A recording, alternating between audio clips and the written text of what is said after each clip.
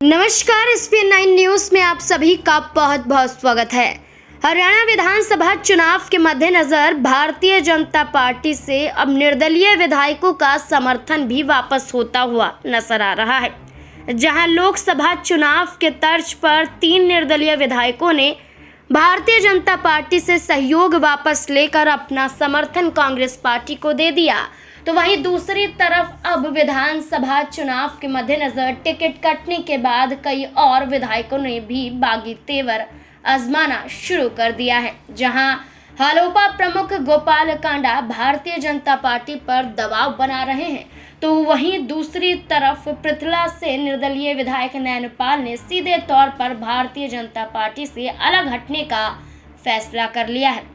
हरियाणा विधानसभा चुनाव के लिए बीजेपी में टिकट कटने से नाराज कई नेता बीजेपी से किनारा कर चुके हैं।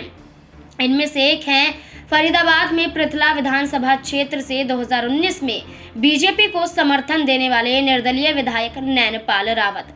इन्होंने भी बीजेपी को टाटा कह दिया है। आपको बता दें कि हाल ही में बीजेपी ने 67 उम्मीदवारों की सूची जारी की थी, जिसमें पृथला विधानसभा से पूर्व विधायक टेक चंद्र शर्मा को उम्मीदवार बनाया गया, जबकि नैनपाल को उम्मीद थी कि बीजेपी पृथला की सीट पर उन्हें ही उम्मीदवार बनाएगी। लेकिन अब नैनपाल रावत को बड़ा झटका लगा है, जिसके बाद रावत ने बीजेपी से नाराजगी जाहिर कर दी है और बीजेपी के नेताओं को गद्दार कह दिया है।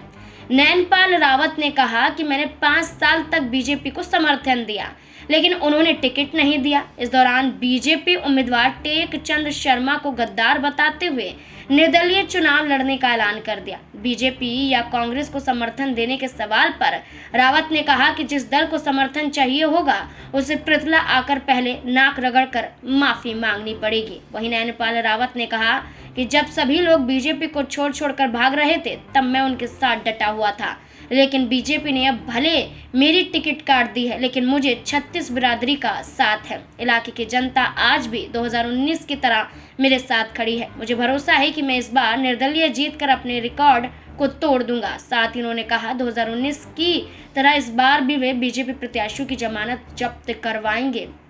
अब सीधे तौर पर बगावत करने का ऐलान कर दिया है। अब पार्टी से अलग हट चुके हैं। अब देखना होगा कि क्या फैसला लिया जाएगा।